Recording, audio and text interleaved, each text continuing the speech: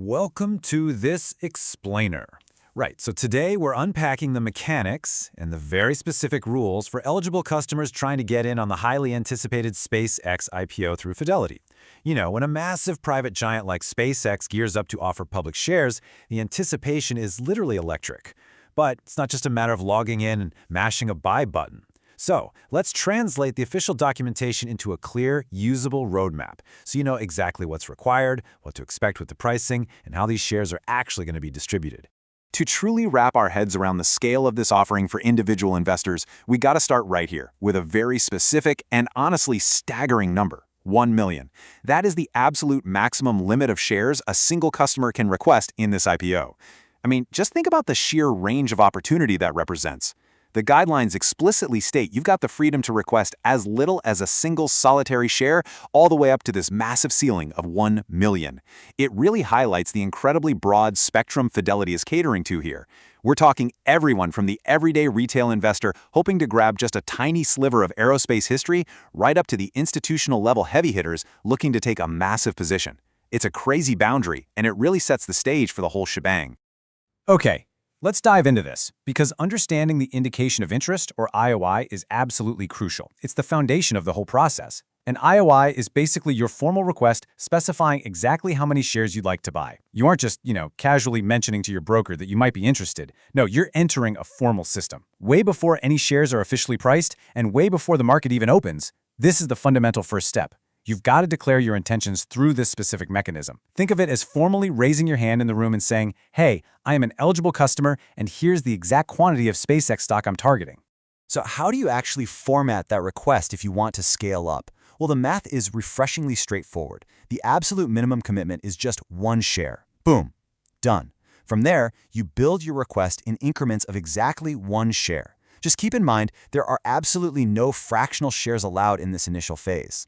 And as we just saw, you can scale that up literally all the way to 1 million. The official documentation assures us that you're entirely free to submit pretty much any quantity you desire, as long as it strictly follows this simple rule. Start at 1, count by whole numbers, and whatever you do, don't go over 1 million. It makes the actual mechanics of requesting the shares super simple. So the crucial point is, knowing how many shares you want leads straight into the most pressing question on every single investor's mind. How much is this actually going to cost? It's kind of wild because you're being asked to declare your quantity before the final price tag is firmly attached. And that introduces a really unique dynamic. When you participate in an IPO, assuming you actually get allocated shares, you don't pay some negotiated secondary market price. You purchase those shares at what's formally called the public offering price. Most people just call it the IPO price. But how on earth do you know what that price is when you're just submitting your request? Well, this brings us to 2 very different pricing terms you are definitely going to encounter. First up, you'll see an expected price range listed on the preliminary prospectus. Honestly, this is essentially Wall Street's highly educated guess of what the offering price might end up being. It's there to help you estimate your total potential investment. But, and this is a big but, the final cost you actually pay is the public offering price. The official guidelines are crystal clear here. This final price could be higher or it could be lower than that initial guess. You absolutely have to be prepared for that inherent ambiguity. Wall Street loves its fancy terminology, but it basically boils down to this. The expected range is a guide. It is for sure not a guarantee. Let's move to and see how this builds, because knowing the math and the pricing, well, that's really only half the battle. The rest is purely procedural. To even attempt to buy this stock, there are 2 strict mandatory steps. First, confirm you are an eligible customer. Second, follow Fidelity's dedicated IPO process to the absolute letter. The documentation doesn't mince words here. You cannot bypass their system, and you definitely cannot use some alternative method. You have to navigate directly through Fidelity's dedicated IPO pathway for this specific offering. Think of it as a highly rigid gateway. If you miss a step, you're simply missing the opportunity. No 2 ways about it. Now, what's really interesting about this slide is the carefully chosen language in the guidelines regarding demand. Because, like most highly anticipated IPOs, the interest in SpaceX is expected to be off the charts. Fidelity explicitly notes that while they will be receiving a directed allocation of shares straight from the issuer, the supply of shares may not be commensurate with customer demand.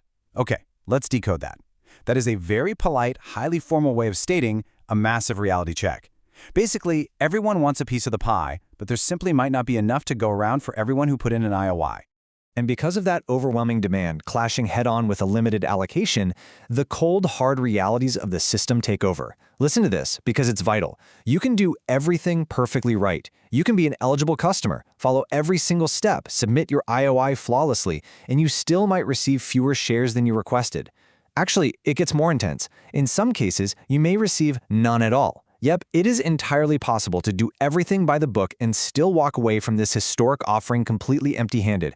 I want to make sure that's super clear. There were absolutely zero guarantees of an allocation here. Which brings us to our final underlying question for you to really ponder as we wrap up this explainer. Will you actually get the SpaceX shares you ask for? We've walked through the whole shebang, right? The IOI mechanics, the fluctuating nature of the IPO pricing, and that strict adherence you need for Fidelity's process. But looming over all of that is the sheer, unprecedented scale of demand clashing with a strictly limited supply. It forces every potential investor to weigh their excitement against the mathematical reality of how allocations actually work. So, as you prepare your strategy, keep these official guidelines at the absolute forefront of your mind. And ask yourself, just how fierce is the competition for these shares truly going to be?